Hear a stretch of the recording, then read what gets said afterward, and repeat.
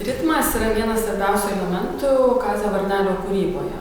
Kalbėsime apie kelis paveikslus, kuriems ritmas yra labai būdingas ir netgi jų pavadinimuose yra žodis. Pirmasis yra geltonas ritmas. Iš tikrųjų, tai vienas iš 16 kūrinių, kurį Varnelis nutapė tame cikle. Ir tik 2 jie yra čia ekspozicijoje. Visų yra identiškas formatas, identiškas koloritas, bet aišku, kiekviena kompozicija yra skirtinga. Geltonas ritmas turi ir kitą pavadinimą. Tai yra kriptograma.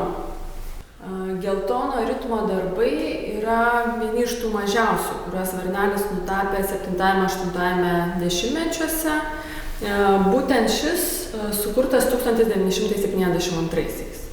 Šitas darbas yra mažiausias iš tų 4, apie kuriuos kalbėsiu šiandien. Dabar einam prie kitų darbų.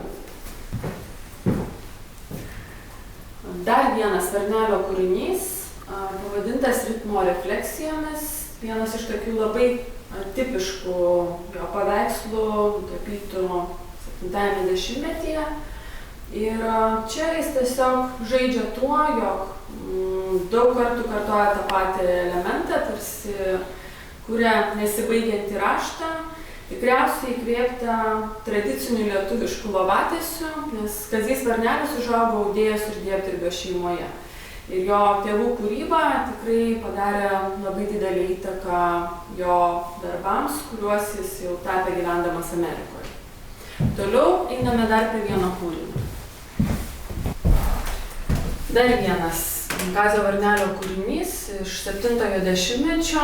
Manoma, kad vienas pirmųjų tapytų tuomet, kai Varnelis susižavėjo optiniu menu ir pradėjo tapyti kažką panašaus. Čia vėlgi juodai balta kompozicija, kuri dar yra ir ypatingai įrėminta, nes profesorius tarp paveikslo ir rėmo palieka tarpelį, kurį uždažo raudonai.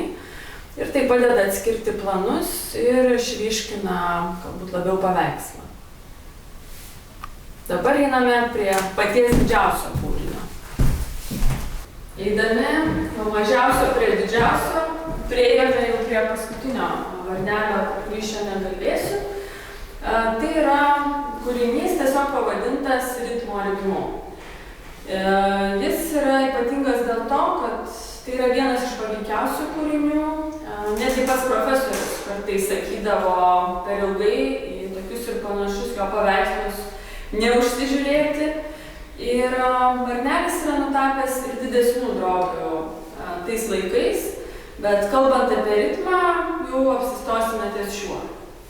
Kazys Varnelis apie ritmą yra sakęs: esu įsitikinęs, kad visas mūsų gyvenimas yra perdėm ritmingas, kad ritmas mūsų gyvenime vaidina didelį vaidmenį.